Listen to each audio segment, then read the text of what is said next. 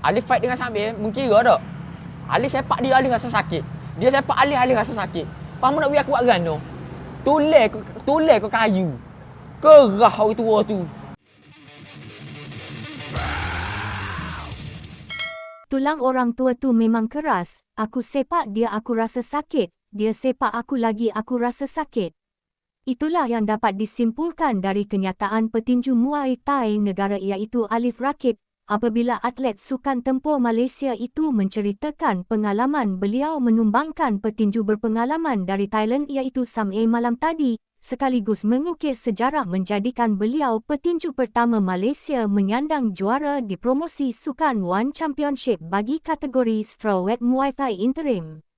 Menerusi potongan video live yang dikongsikan di akaun TikTok Rojak TV itu, Alif Rakib turut mendedahkan beliau sudah merasa kesakitan pada pusingan kedua perlawanan dan sempat menunjukkan kakinya di bahagian keting yang berbalot kesan daripada menyepak badan Sam A.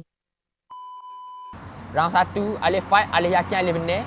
Lepas tu, round 2, Alif pun yakin Alif benar. Round 3, Alif yakin Alif benar.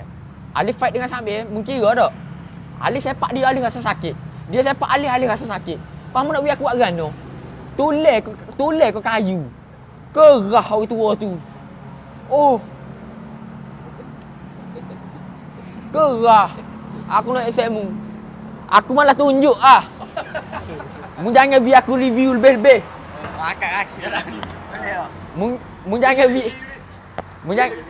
Apa? Tak beli lagi tak tahu. Tak beli lagi tak tahu lah saya mu. lah. Tak nampak tali pinggir aku nak atas meja ke? Ha. Ha. Mu tengok kaki ni.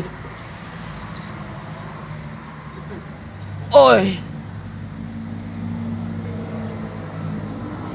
Aku nak bagi ayat kau saya mu kata kerah tulis orang tua tu. Round 2 tu aku dah rasa dah, tapi aku lagi rasa boleh. Tapi round 3 aku buat pun rasa sakit. Aku buat rasa sakit. Aku buat rasa sakit. Dia buat aku sakit. Lepas tu mu nak biar aku buat gano.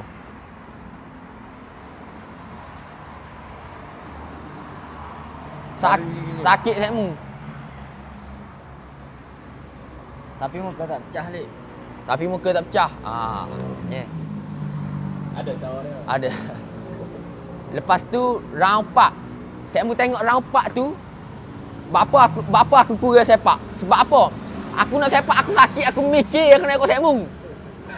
Macam mu sepak batu.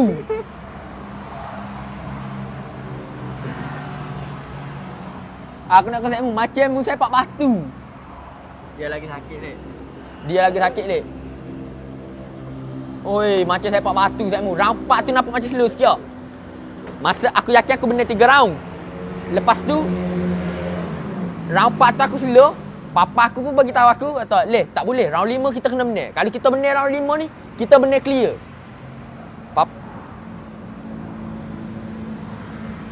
Lepas tu lah round 5, Alif usaha sikit. Alif sakit lagu mana pun Alif buat. Alif sakit lagu mana pun Alif buat. Round 5. Tu lah ada rezeki boleh buat KO. Oh, aku tak tahu lah aku nak cerita gano. Nak ayatnya betapa hebatnya. Papa naik bukit dah ke Alif je naik backflip. Papa naik backflip saya mu. Papa umur 50 berapa? 52. Dia kakak dia pula backflip.